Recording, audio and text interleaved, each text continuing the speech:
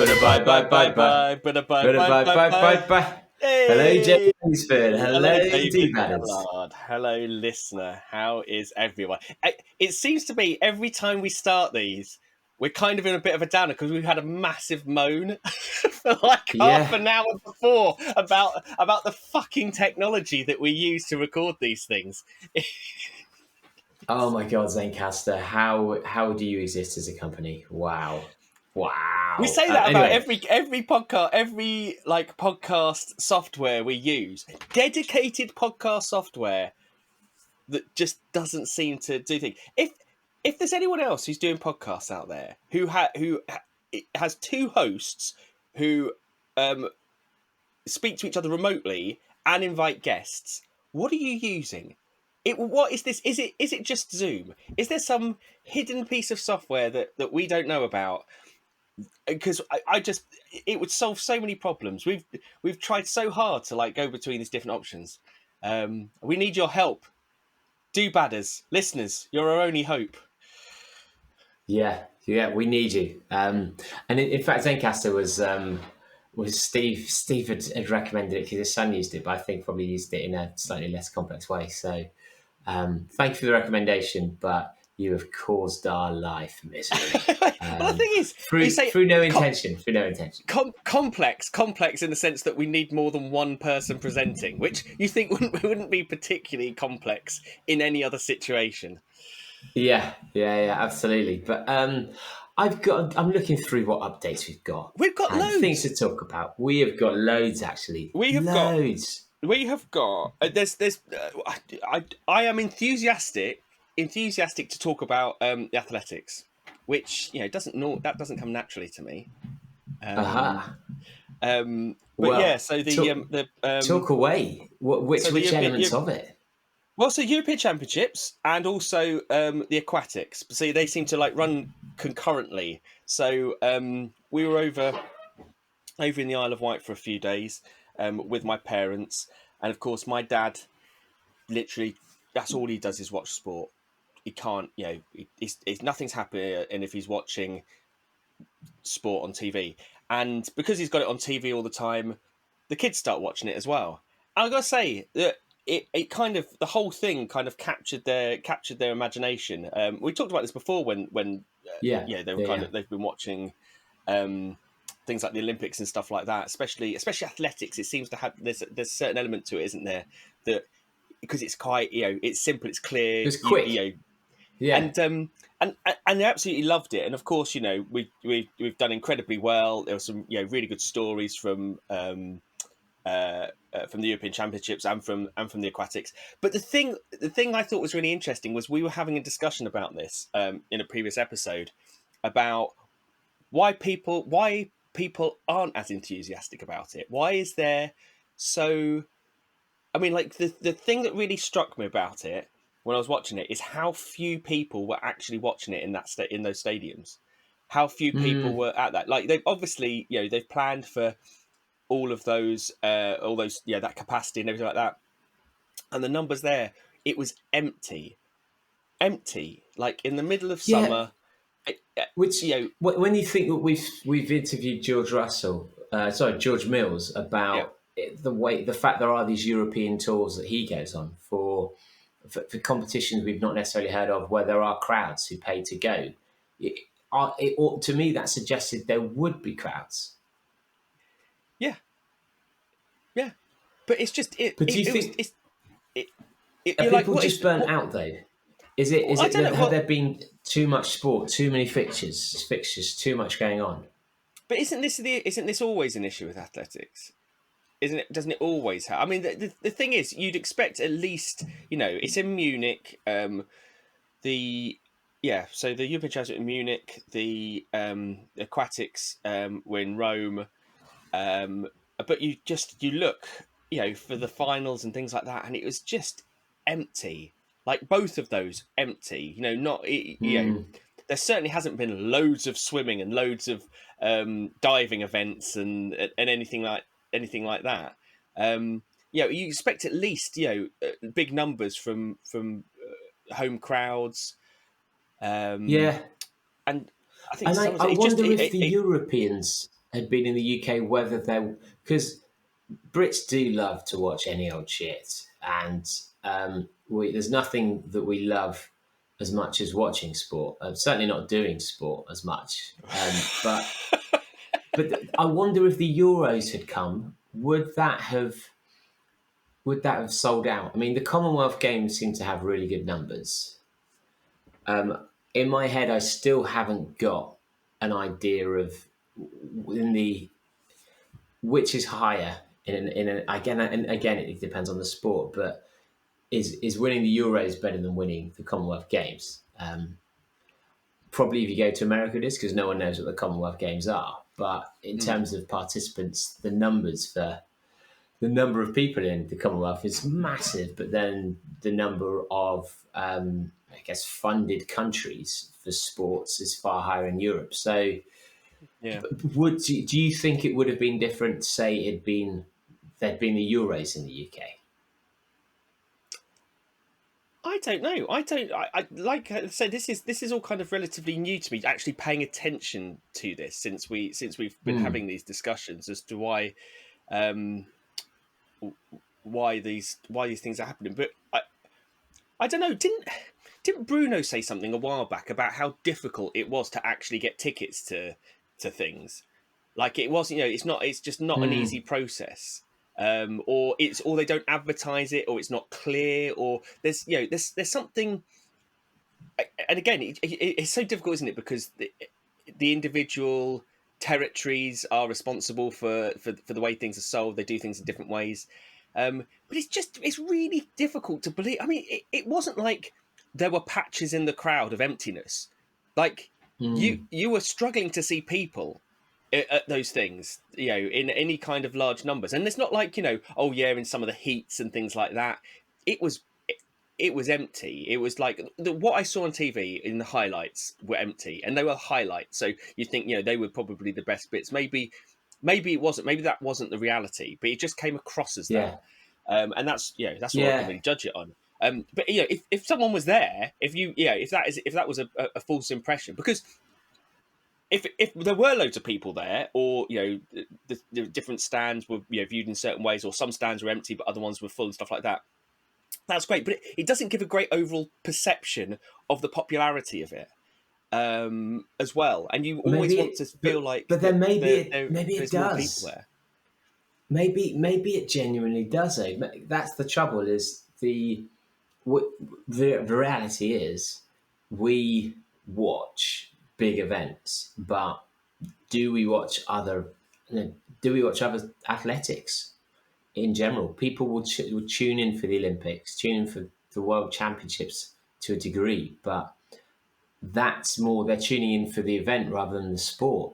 And so maybe it is just a reflection. I've never been to see live athletics ever that isn't either Heathside Running Club or kind of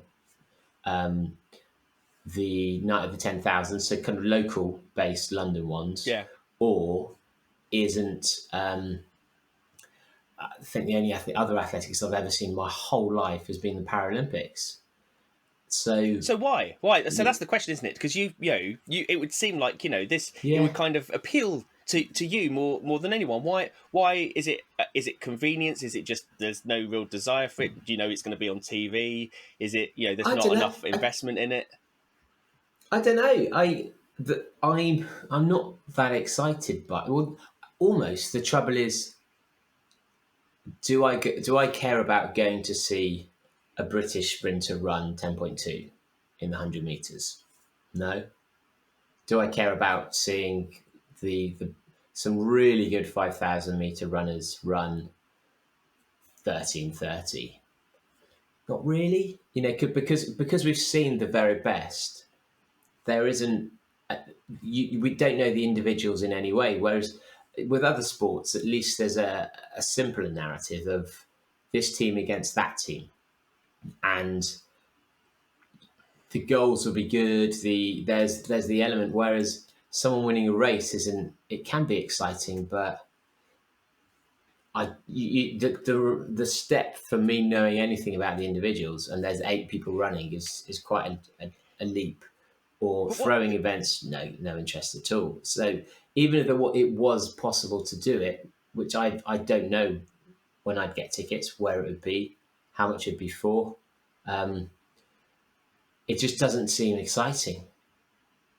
I'd like to just hear other people that are into athletics and stuff like that. What is it? Just is the act of going and watching athletics just boring? Is that it? Is that because why is it that, like you say, watching 5,000 meters or watching a 10K on the track or whatever? Why is that not as interesting as going and watching, say, a marathon, where you're stood somewhere and you're literally watching some people pass by you, and you might see some famous runners come, elite runners and stuff come by that, and then that's kind of it. Whereas if you're on if you're watching it on the track, you can see the whole race. It's kind of a different experience. Why is one more interesting, a marathon, and it does tend to attract big crowds, than other one? I genuinely want to find out from people who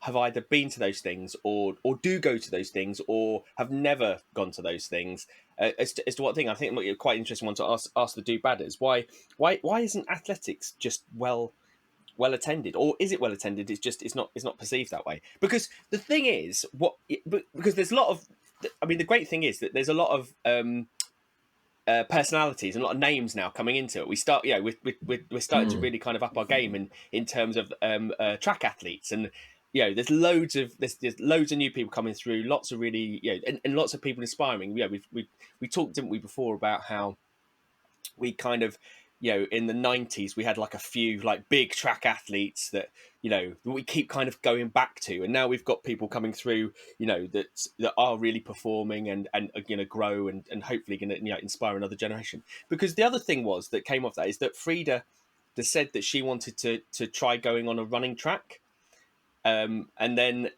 we got into a whole discussion about how there's not a running track near us because no one ever uses running tracks, and but we can go to Brighton and use the running track there.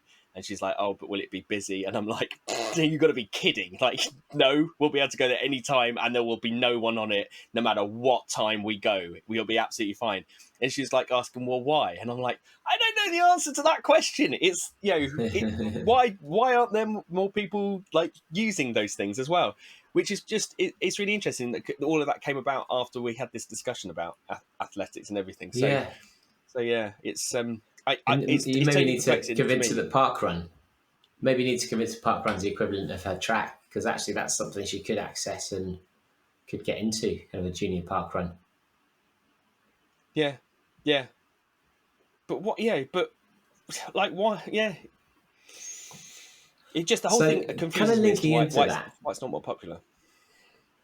So kind of linking into that, so I've been away for a couple of Golden Trail races, which I don't think we've talked about on the pod yet. And one of them, so the first one was Norway, Strandfjord, unbelievably technical.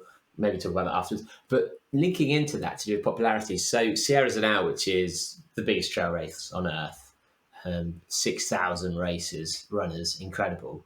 And this year, it was won by 2 Kenyan runners, which there's always been, not always, but for years, for the last 10 years, 20 years, there's always been the narrative of there's some super fast new Kenyan runners who are going to come and try trail, going to come and win trail, and they'll always be very fast on the up, across the top, and either won't last the distance because they've paced it wrong, or just the technical running, they struggle.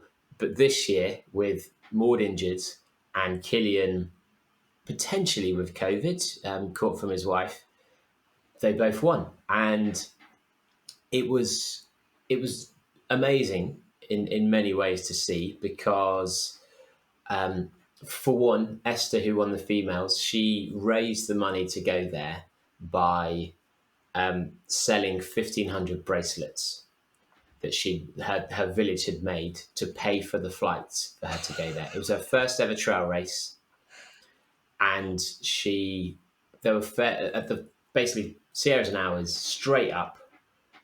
Along the top is hills up and down, but all very fast compared for a trail runner, and then straight down at the end, super steep. So she just smashed it out across the top, and then fell and held on for dear life. Similar with Mark Kongogo, who won the men's, and so in the narrative of the Kenyans haven't really done well here, or even East Africans haven't done that well, other than maybe Patrick Mamu and Lucy Maguri, I think. So it was good to see and wonderful to see, and obviously for them really significant. Although actually within that, their knowledge of the sport, awareness of how important the race is in the racing calendar and in terms of history and all that. The main male runner, for example, when the favourite, I'd say, who has been smashing course records in trail all year. When I asked him what his strategy was, if he was going to run his own race or if it was based on Killian, he genuinely said, "Who is Killian?" So had no idea, which is crazy when you think they've got a coach, they've got a manager, and Killian is the 9 times winner, course record holder, strong favourite, to not have been at least told, by the way, this person's going to be up there. This is how you respond. Seemed madness. But linking in with what you're saying to popularity, I've spoken to a few people, and there is a worry that this could kill trail running as a sport. Because why?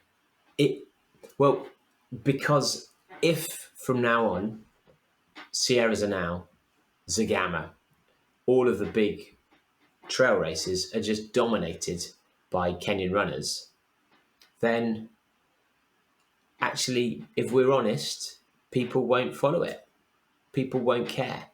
If UTMB was just won by new Kenyan runners every year, and there were every year 10 different Kenyan runners who were showing up, and you never knew who was going to do what. You didn't know their family, their story backgrounds, but their backgrounds tended to be they've come from a small village where they've lived a fairly simple life. Most of their community are farmers, and they've run for a number of years. They're really good, and now they're here. That was the backstory to nearly all of them.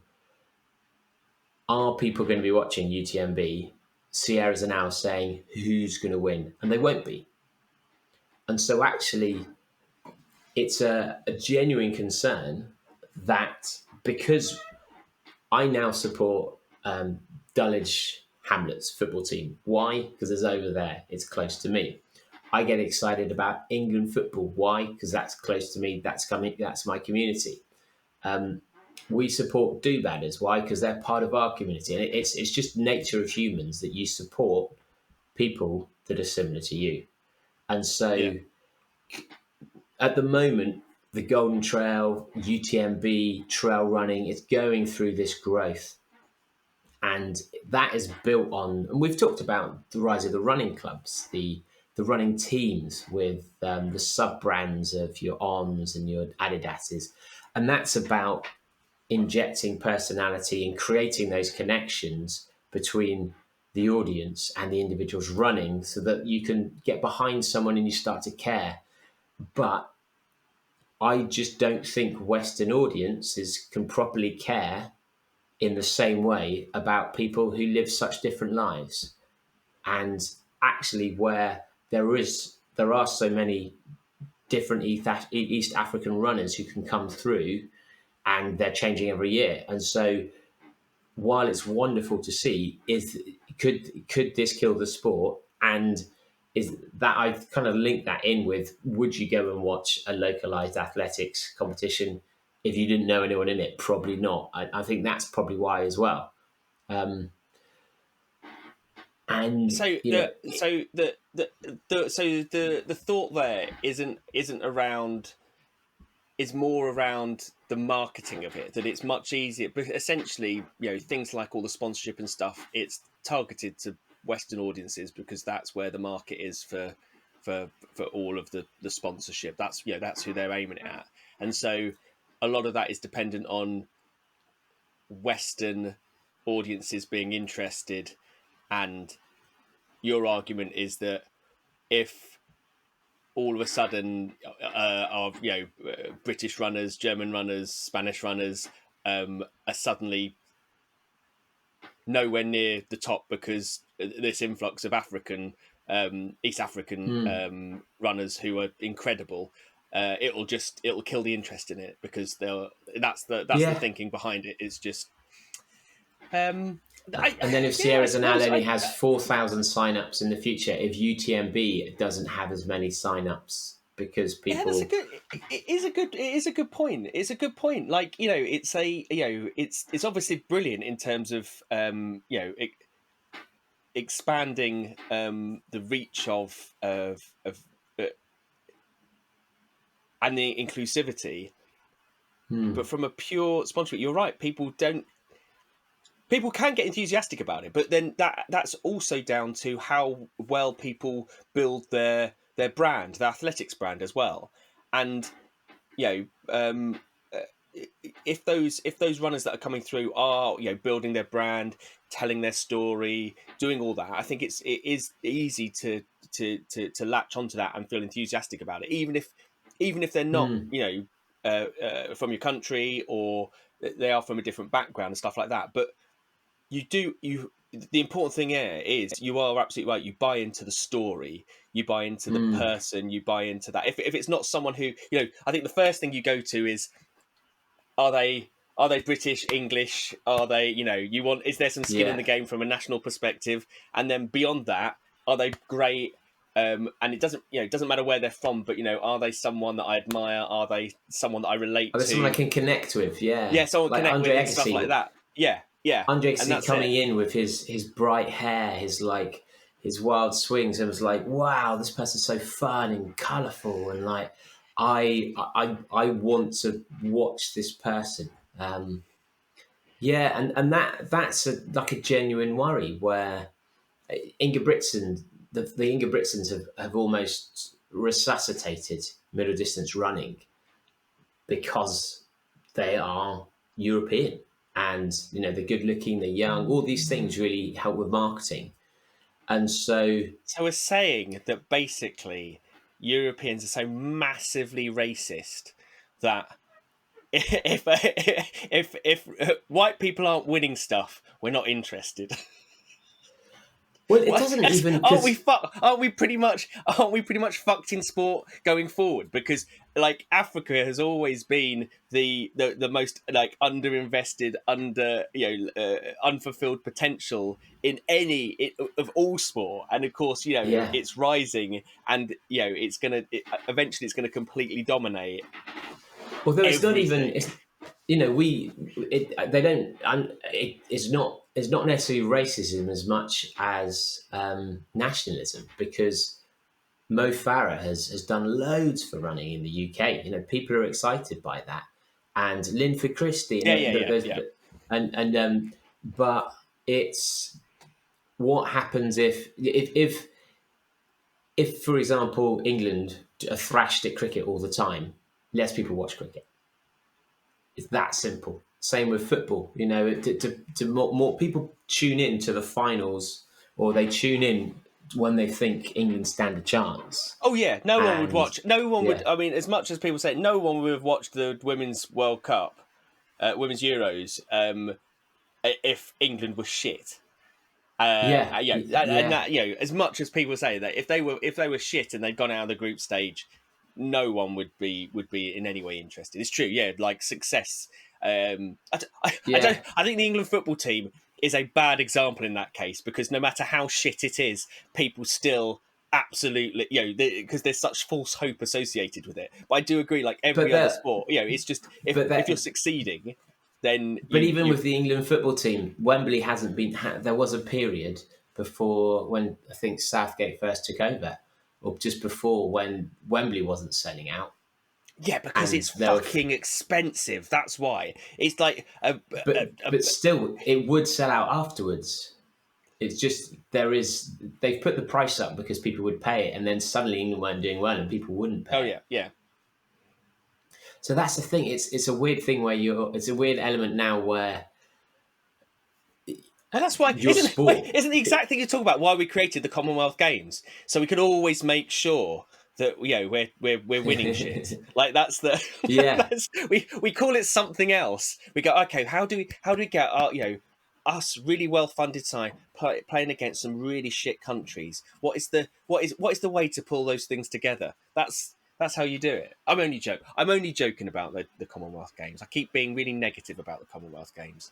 And I don't mean to be. They were really lovely stuff. I didn't watch any of them. Wasn't interested because I think they're a joke. But I don't want to be mean about the Commonwealth Games anymore. Yeah. So, and that's where it feels like trail running is at this move towards professionalism. Obviously. I do. There is something fundamentally Western about. I mean, I keep going on about it. There's something very Westernized about trail running and the idea of trail running as well. It is. You have to live in a city to feel the appeal exactly. of being in the absolutely. Yeah, exactly. You have to have that contrast in order to do it. It does. I love the idea that someone's getting annoyed that people who naturally run on trails because they don't have roads necessarily are going to dominate a sport of trail running, and I love the idea that people are getting annoyed at that. But I totally get it. It's all about the marketing. The success of anything is all going to be around the marketing, and I think you're absolutely right in terms of all of the success of athletics, all the new people coming through and everything like that is all going to be completely dependent on how well they market. And that's the other thing I thought about the European Championships is just how much personality and difference was shown from some of the runners. And the other thing I thought was brilliant was how much the female athletes talked about periods. Kept going on about periods. Like I've never heard periods mentioned as much as that on when they're in interviews and things like that. Obviously, Dina Asher-Smith talking about it, all the others talking about it and about the effects it's having, and saying, if this was a male problem, this would be sorted out by now. There'd be more funding, there'd be more research and things like that. So it's really, and the fact that they have the confidence to do that and the conversation is open up. But also, there's such a massive variety of new talent coming through as well, and it's just I found it much more captivating than I have done for a while. Firstly because I was watching it, but also it just seems to be a much broader range of people, all with their own stories. And I think you're absolutely right. It's like almost like athletics is a lot to work with. It has a lot to work with, and they absolutely need to take this opportunity and do something with it to get people into athletics and get people watching athletics and get people doing athletics.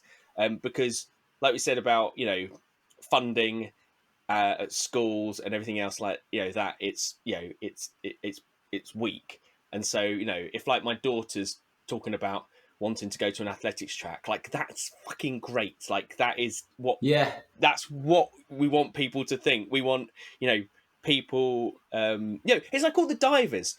We're great at diving, and that's down to Tom Daley. Seeing him doing that has brought through this swathe of incredible divers who are doing amazing things. And so, it's just around inspiration and setting a legacy.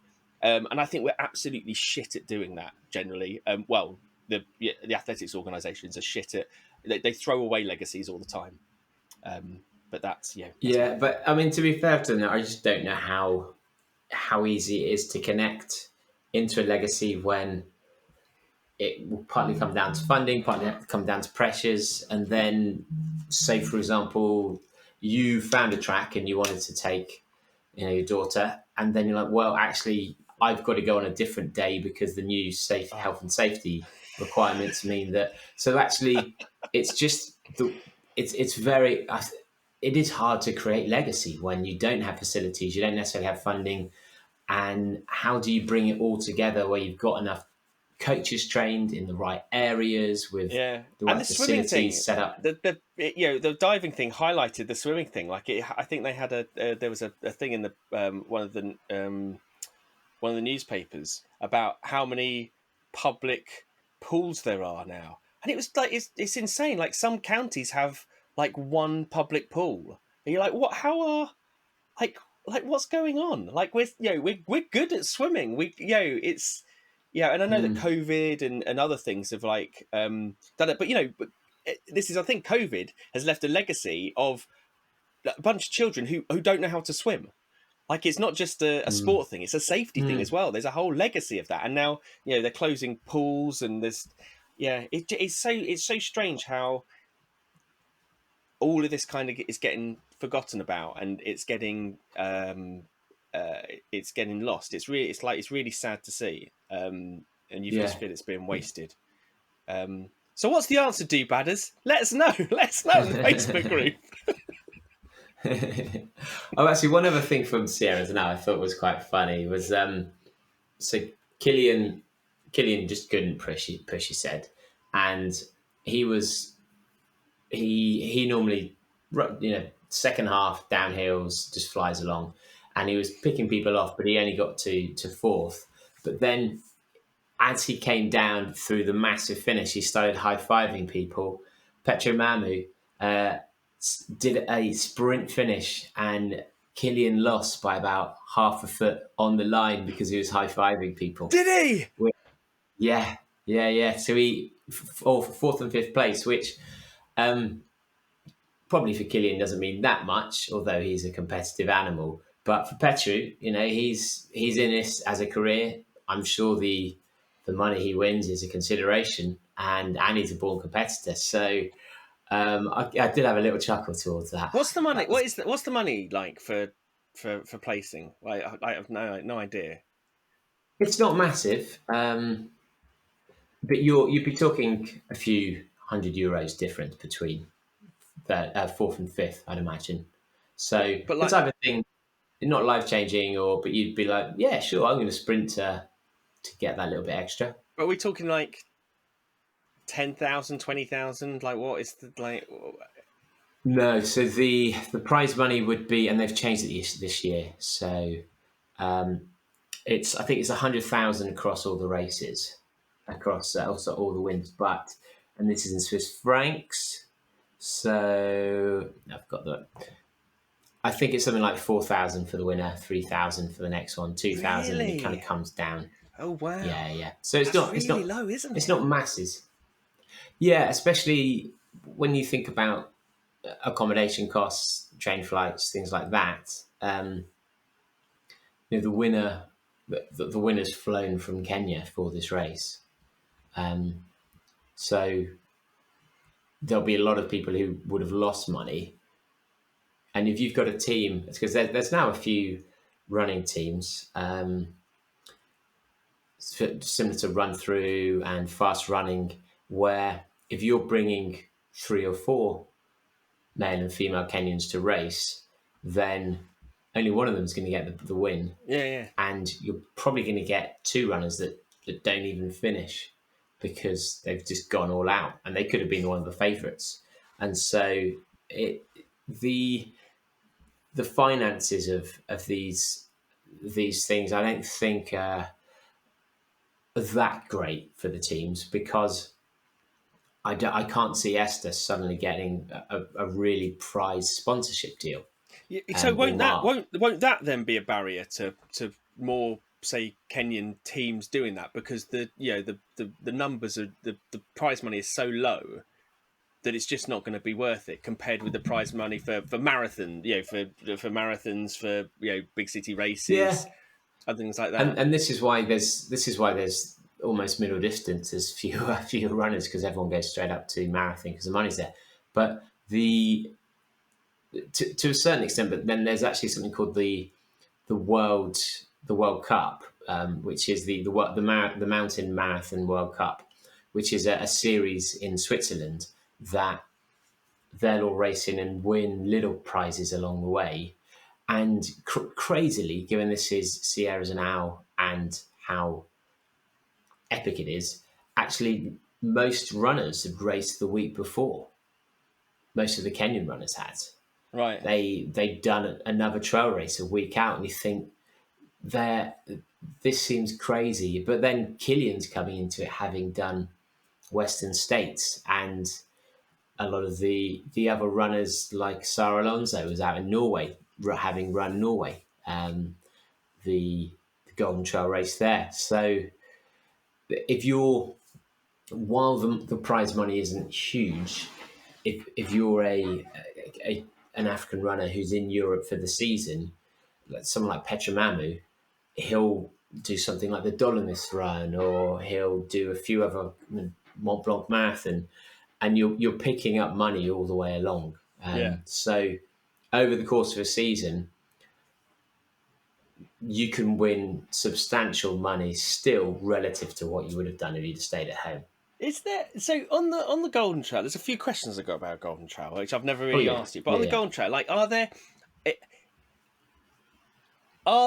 what makes the difference between the winners and the losers? Like, is there kind of is there a pattern? Is it just purely down to individual talent, or are there kind of teams who are really well funded? You know, they have the ability to not have to race all the time because they've got great sponsorship, so they can do the rest and the training. Is there anything like that, or is it kind of all over the place and you don't really know who's?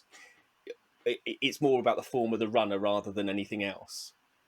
Yeah, that's a good question. And actually, because part of my job is to predict who's gonna do well and talk about it before. And how good are you at that?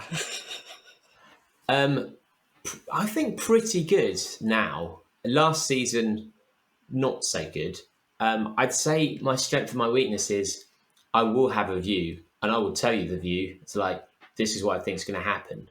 But I'm happy to be wrong. Oh, we need what we need to do, David, is we need to do the thing that they do on BBC Sport before the football, is where you make a prediction about who you think is going to win, and then we get a child to make a prediction who they think is going to win, and then we see who is the expert or the child, the one that's more accurate more often. But this season, Zagama didn't do that well. Said Killian was going to win. No one saw Davide doing well. But then the Mont Blanc all kind of went to predictions, and but actually a lot of it is down to how much you talk to the athletes, because season by season, month by month, with injuries, and also with some of the athletes have got full-time jobs. So really great runner called Anaïs from France. She's now a doctor in A&E. Fucking doctor! I was going to say, is she a vet or a doctor or a shepherd? It's one. They're one of the three, isn't it? It's like I wouldn't have said shepherd was as common. It is like shepherd. Like I don't know. I think Nikki Spinks there. I'm trying to include her. Okay. Yeah. But she's now working shift work, including night shifts, in what would have to be one of the most intensive years you can do as a doctor. Yeah. And so coming into this, you might think, well, she's a great runner, Mont Blanc, but actually she just doesn't have the ability to train right now. But then the courses are so different. Norway, so Strandefjord, do banners. Go and watch on YouTube, Strandefjord and Sierra Zanao, and you'll see the differences between the two courses. Strandefjord, the course decides the winner, because it was so muddy and so technical, so many falls, and even understanding which trainer to choose. So there's a guy called Manuel Moriles, he was Sky Running World Champ previously. He lives in northern Spain, which is pretty wet, technical, mountainous, muddy at times. And this guy in Zagama, he was in, I think, 21st place at one point and came third. He similarly smashed through the field to come second to John. He's just so fast downhill on technical. It's amazing to see. So fast. Same as John Albon, so fast down really unpredictable terrain. And so actually, if you compare the two races, something like Mont Blanc Marathon has got some technicality in it, but it's also got 10K of quite fast running before you get to that big hill. So suddenly you've got all these really fast runners, and that determines how well they're doing at that point. But John was, of the four people that were in the lead by the bottom of the first hill, John was the only person who ended up in the top 5 because everyone else blew up. So but the distance as well, a half marathon and a marathon is a huge amount different if you're a fairly young runner. But there are specialists. So Elise Ponchette from France, super cool girl. She's almost got like a gnarly surfer attitude to her. And That's what you want. That's what you expect. It's just basic. And she, but in Norway, she just smashed through the women's field and was by far the quickest descender. So it is fairly unpredictable, which actually is a sport. You almost want that where you don't know who's going to win day to day. Yeah. And where there are different conditions, different courses, it's... I was wondering whether kind of like funding, support, big brands behind you, things like that, whether any of those things made a marked difference in terms of the people that are placing at the top, whether that kind of support or it has an impact. And it will do for the old race because next we're going to Pikes Peak in America, and that's at altitude, and so you have a choice. You either go there with no altitude adaptation, you've got no chance of doing well, but to adapt properly, you either need to be lucky enough to live somewhere at altitude, which is pretty hard in Europe, or a full-time athlete, or take 3 weeks off to adapt to altitude. And you need 3 weeks because it takes 2 weeks to adapt, but you want to adapt slowly so you can still train, so you haven't had 2 weeks of non-training. So actually those small things in those races are really, really different. And someone like Danny Marino comes from the States and she'll turn up at races where she doesn't know the course. She hasn't had time to check it out. She's got a full-time job. So there's all these small differences where, because it's in this between it's semi-professional, some runners are, some runners aren't, it does make a massive difference. And UTMB, if we look at who's going to do well, it's probably more predictable than you think when you look at people's backgrounds. But I suppose that makes it really interesting, doesn't it? Because there's very few sports where you would have a mix of professional and semi-professional in that way, competing in that way. And the fact that you're not telling me that the professionals are always the one placing and the semi-professionals are always below them. That actually it is a mix because there's so many variables, and that's exactly what you want from a sport. Yeah. And if you think that a lot of our listeners, most of our listeners have probably trained for a marathon while they've had a full-time job and probably been parents, and the number of hours you do to train for a marathon, or someone like Richard McDowell, I mean, how many miles does he run a week? He's probably up to 100 a week. And, Ali, while she was... 300 children. It's a full-time job. Children. Exactly. He's so virile. I don't know. It's like, it always seems to be the way. The more you run, the more virile you are. But I mean, I would suggest that's fairly insensitive to have said. No. Well, you're not running, so it works, doesn't it? It works, doesn't it? So you're just proving my point. But someone like Rich, he would train. It's really it's quite fun. But someone like Rich, for example, he trains enough hours that while if he was professional, he would do potentially double days more. He'd maybe have physio and do more core, but actually he's dedicating enough of his time to be training almost like a full-time athlete, as a lot of people that run ultras. But it just helps when you then get time to go and see a course to understand, if you've run the whole course before in advance, and it really makes a difference. So, but we'll see that's where I think potentially trail running may need to go if we do see there's domination of non-technical runners. I think the races will just become more and more technical, but then they become harder to film and they're almost less accessible for other people to run. That's what they did to force you out of OCR, wasn't it? They put in monkey bars purposely made it more technical. Okay, how do we get David obstacles? Out of this? Now, before we kind of tie up, I've got to mention one of our lovely guests, Nikki Kay, has got a book out. Oh yes. So if you haven't listened to Nikki Kay's episode, super interesting to do with hormones, to do with hitting the menopause, and so she's got a 20% discount code. No, she said she can set one up if you want one. Whoops, I'll ask for that for the next one. But it's coming out. It's a preview.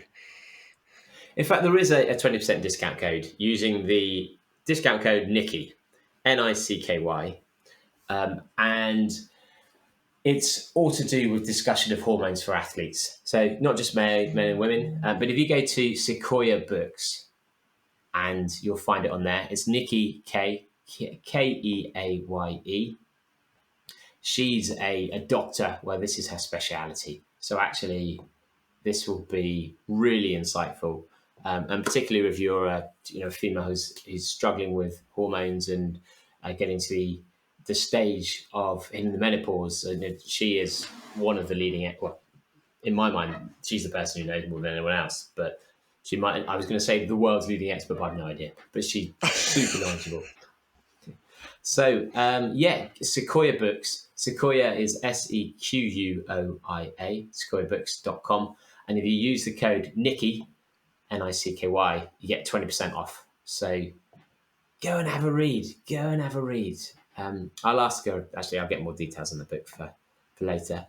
We've had some feedback from Do Badders. Oh, about what? Which is always good. So firstly, when we talked about Jake Whiteman and how expected or unexpected his win was. So one of the Do Badders has forwarded. They actually had to change the medal ceremony to bring it forward because Jake's flight home was due to depart before the medal ceremony because he hadn't actually thought it through and expected to be on the podium. Oh, really? Yeah.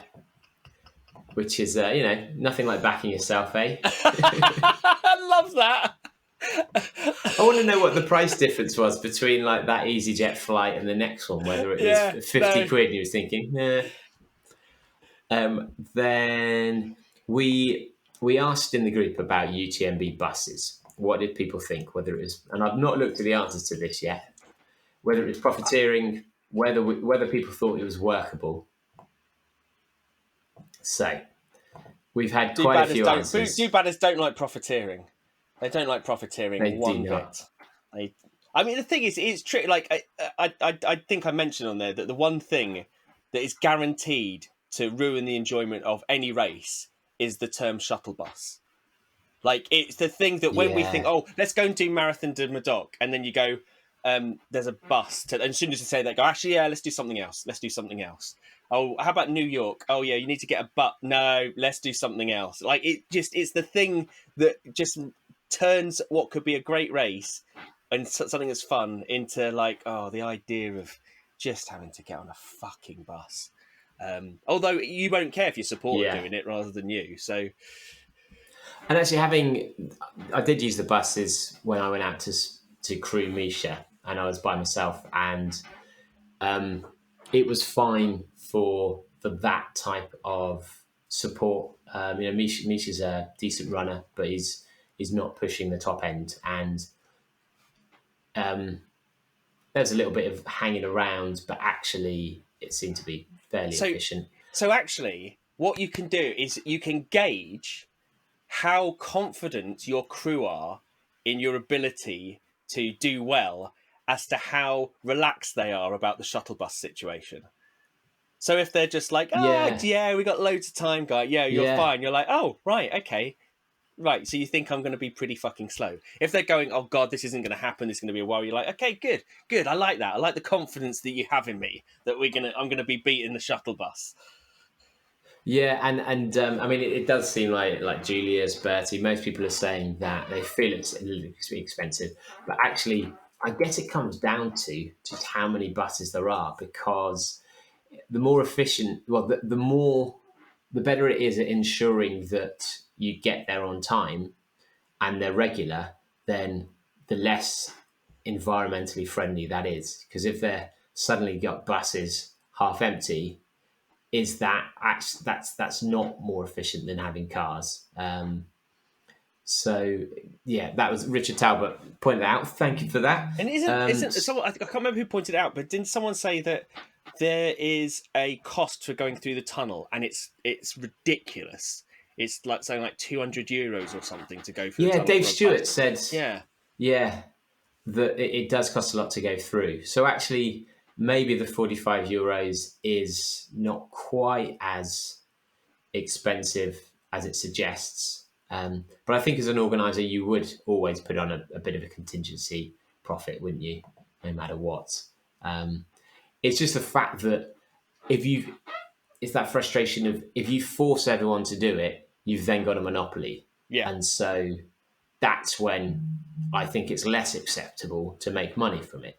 Whereas if you're putting it on as an alternative, then you're pricing against other options. And I think that's when, sure, if you want to make money out of it, do, because you give people the choice. But to force someone to do something, actually, that should then be included in the ticket price, because it's just all these hidden costs that add up that I think is the real frustration with entering races, when you know it's expensive already, and they're like, oh god, and this and this and this and this. yeah. Because you could limit the amount of people you take with you. It could, and that's the thing. Like we said before, if you're quick, then you might need two groups of people, which means doubling the number of people who are on the buses. And I don't know what are the local buses like. Are those still like an option to use if you're forced onto buses?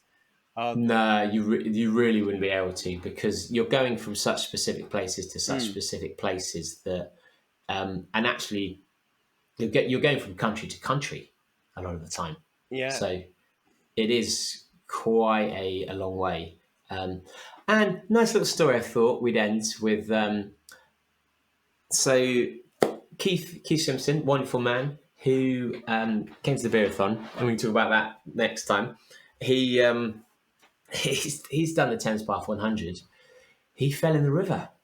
Oh, amazing! How? When? Yeah, he said he was around Reading, and I Oh, can't remember the route well enough, but you're a good chunk in, and still a fair bit left from what I can recall. But his headlight was playing up, so his lamp was playing up, so he just kind of went up to look at his lamp, and the path clearly wasn't a straight line, and he just fell in. oh my God! I think Reading. Yeah, Let's say Reading is after the halfway checkpoint as well. I think, if I recall. So it's not as if like you then running to you haven't got far to go until you can actually get a change of clothes or something like that. So what did he do? yeah. But well, he said when he first came up, there was a wall that he couldn't like climb over, but he's a pretty confident swimmer, and so he said he wasn't panicked by it, kind of just floated, and then eventually he kind of came round to a point where someone pulled him out and he could reach out. But the trouble was you do have warm gear, but in an ultra that long, you're not running at a speed warm enough for your body to kind of Yeah, generate heat, that if, say, you were doing a 5k, 10k, maybe even a marathon, and you carried on running, you're going to warm up and actually going to dry your clothes out. But at that pace, you kind of game over. So they had to put him out because he didn't have warm clothes to change into, and it would be just too much of a risk. So yeah, I'd never heard of someone falling in the I Thames on know. the You'd Thames think it would path, happen. but You think it would happen loads yeah, actually, and especially around there because it's getting. It's. I think the majority of people going through Reading, it'll be dark when they're going through Reading. yeah, And I think you do. I think there was I definitely remember a section, whether I misremember this or not, but you're going along and then you turn like a sudden left off the Thames path, and that could kind of be where I would think that would happen. Yeah. Yeah. Oh wow. Yeah, you totally expect more people to be falling in the river on a 100 mile, considering how long they've done it. So that is quite unusual. And maybe there are more. So do bladders. Do Maybe you know there of are any other more, people and who've they just fallen in? float down and no one picks them out, and it's just very silently. Well, that's a DNF. Let's hope no one talks about that. Could be a sneaky shortcut. You just put a kayak in there, Float down. and then I mean, that'll be. Yeah, it's a good point, actually. Yeah. And one last thing that I thought was quite fun. We obviously are massive in Russia. You know how much we support Russians and their doping. Absolutely, we're big in Russia as well in that. Saudi, aren't we? Yeah, exactly. So I've got a Google alert set up for Captain Bullet, for Bad Boy Running, for various other things. Now it turns out one of our biker hats is on sale in a Russian eBay equivalent for $8. Oh, really? Yeah. So I don't know who's selling it. I don't know if they're selling it from Russia, if it's someone who's just found one and put it on. But it's still on sale. It's not been bought yet, and it's on sale for less than you can buy it in our website. Surprisingly.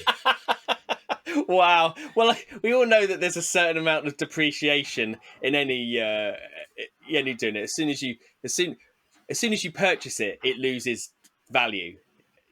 And that's it. And there is zero resale value. In fact, you'll struggle to give it to a charity shop. So I just love the idea that someone randomly somewhere is just going to see this hat and think, cool. And you know how there is an element of cachet of wearing different languaged items on a top. Yeah, you don't know what it means. You don't know. Yeah, you've just got the style of.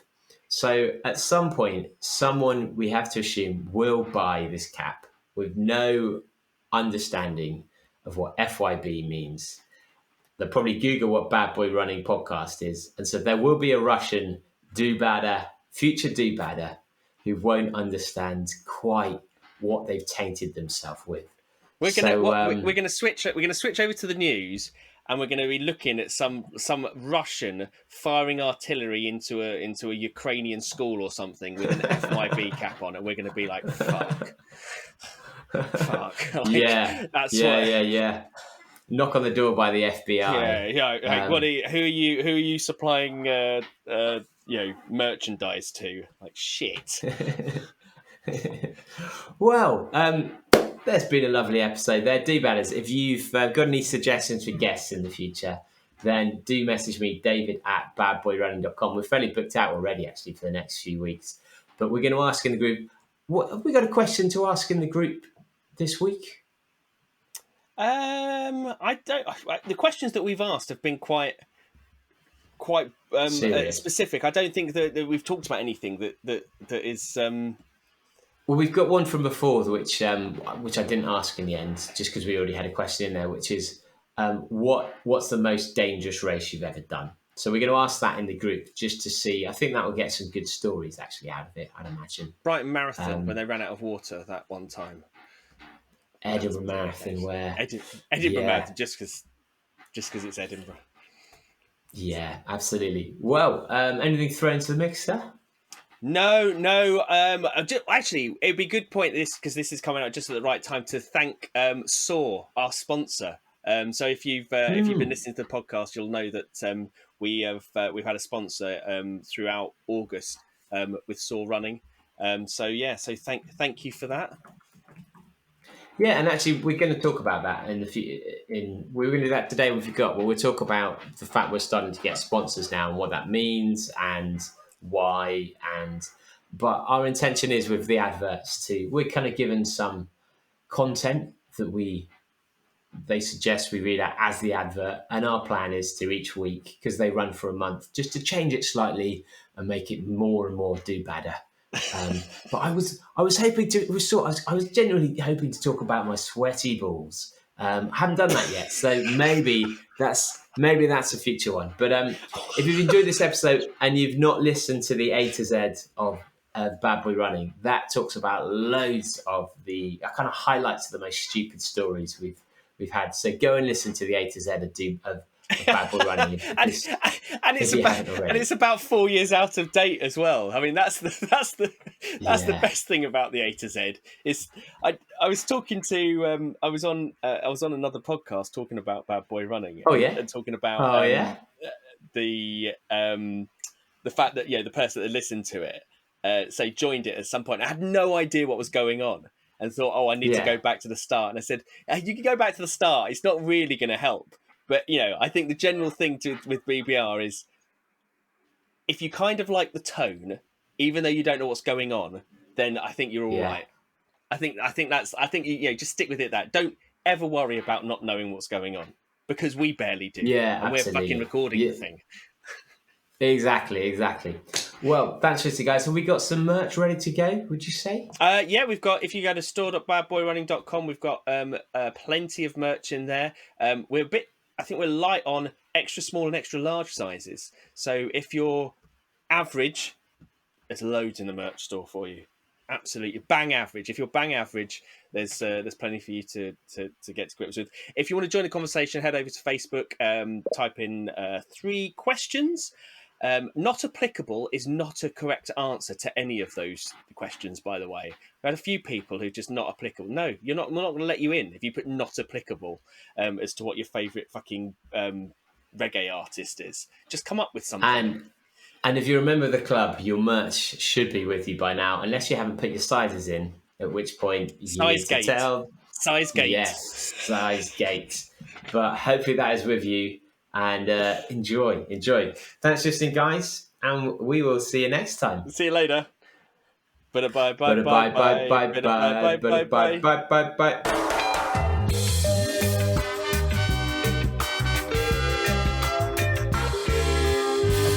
Fuck you, buddy.